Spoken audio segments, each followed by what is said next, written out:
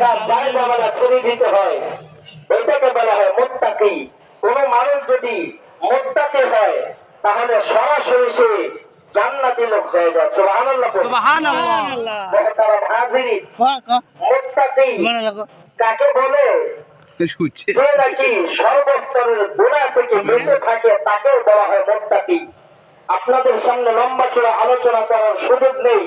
মুত্তাকি যদি আমরা হতে পারি, আল্লাহ তাআলা বলে দুনিয়া এবং আখিরাতে মুত্তাকিদেরকে আমি অনেক পুরস্কার দেই, অনেক প্রতিদান দেই।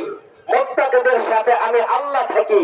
আল্লাহ তাআলা রব্বুল আলামিন বলে যে মুত্তাকিদের সাথে আমি আল্লাহ থাকি, মুত্তাকিদের আমি বন্ধু হই।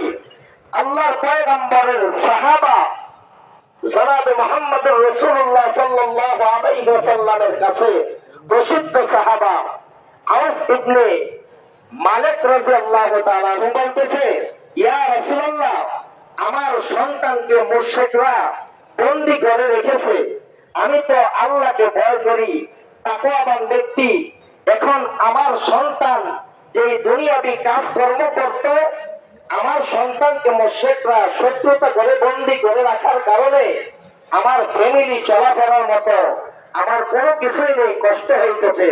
আল্লাহর পয়গম্বর বলে, তুমি যেহেতু তাকওয়াবান, আল্লাহওয়ালা, আল্লাহকে ভয় করো, মুত্তাকি, তুমি আর তোমার বিবি বেশি করে আমল করতে থাকো, আর লা হাওলা ওয়ালা কুওয়াতা ইল্লা বিল্লাহিল আলিয়্যিল আযীম এটা বেশি বেশি করে পড়তে থাকো।